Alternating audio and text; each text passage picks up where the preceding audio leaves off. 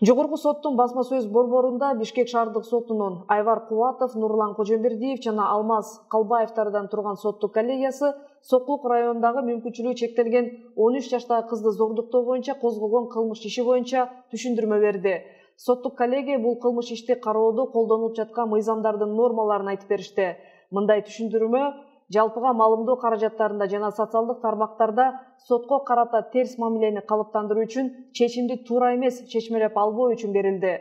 Ошондой эле маалымат жыйында жабырлануучу тараптын жактоочусу Чолпон Кудайбердиевага иш кандай себеп менен 7 жылдан бери ар кайсы соттордо каралып жатканын айтууга мүмкүнчүлүк берилди. Эске салсак, кылмыш 2013 жылдын сентябрь айында жасалган. Жабырлануучунун апасы 2015 жылдын июнь айында укук коргоо органдарына кайрылган. Андан соң Сокулук райондук ички иштер башкармалыгы 2015 жылдын сентябрь айында кылмыш ишин козгогон. Бул иш боюнча жашы жете элек 2 адамга айып тагылган. Алар эч жакка чыкпоо тууралуу жазуу түрүндөгү башкаруу чарасы тандалган.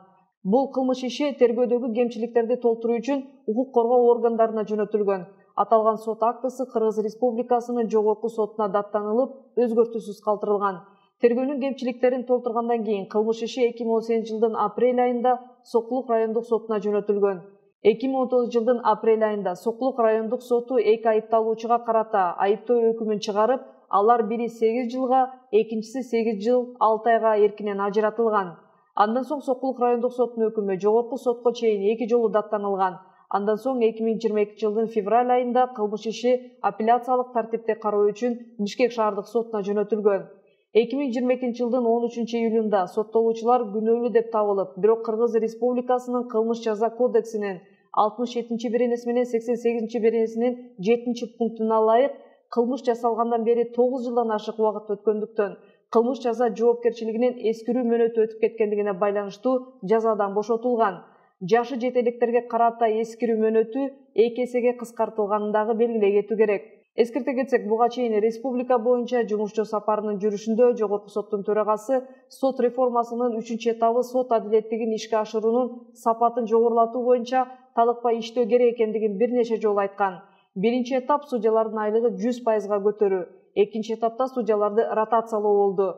Ошондой эле сот тутуму процесстик мыйзам бузуу фактыларын жаап жашырбай, сот адилеттигин ишке ашыруунун сапатын жогорулатуу жана бирдиктүү соттук практиканы өнүктүрүү боюнча иштерди гана күчөтөөрү айтылган.